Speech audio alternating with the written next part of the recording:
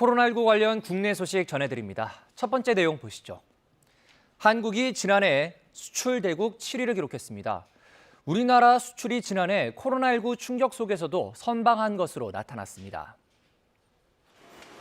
세계무역기구 WTO에 따르면 지난해 우리나라의 상품 수출액은 5,125억 달러로 1년 전보다 5.5% 줄었습니다. 다만 이 감소폭은 수출 10위권 국가 중 네덜란드에 이어서 두 번째로 작았습니다.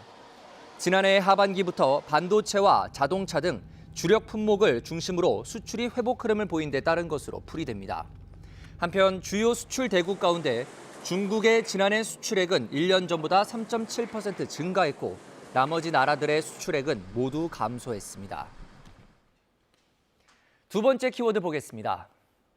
3.1절 타종 행사 취소. 코로나19 확산 방지를 위해서 매년 서울 보신각에서 열리던 3.1절 기념 타종 행사가 올해는 열리지 않습니다. 서울시는 3.1절 기념 공연과 태극기 물결 행진 등 부대 행사도 하지 않기로 했습니다. 다만 오늘 보신각 5대 종지기가 직접 33번 보신각종을 타종하는 것으로 애국 정신을 기리기로 했습니다. 세 번째 키워드 보겠습니다.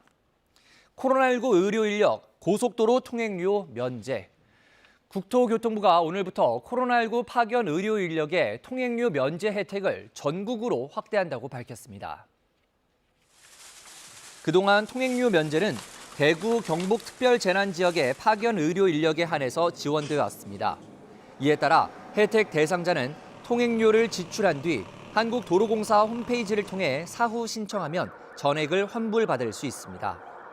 이번 통행료 면제는 감염병 위기 경보 단계가 현행 심각에서 경계로 전환될 때까지 계속됩니다. 마지막 키워드 보겠습니다. 간병인 특정 병실 전담제 권고.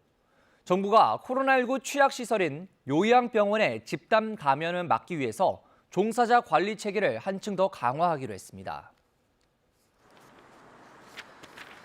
중앙재난안전대책본부는 어제 요양병원의 간병인의 근무 형태를 순환 방식 대신 가급적 특정 병실 전담제로 운영하는 방안을 권고했습니다.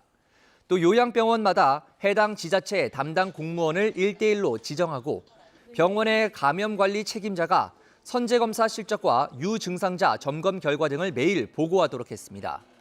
정부는 요양병원 종사자에 대한 선제검사를 시행한 결과 코로나19 집단 감염이 2개월 새 3분의 1 이하로 줄었다며 앞으로 간병인에 대한 특별 관리와 함께 방역 사각지대를 지속해서 발굴하겠다고 덧붙였습니다. 지금까지 코로나 Q&A였습니다.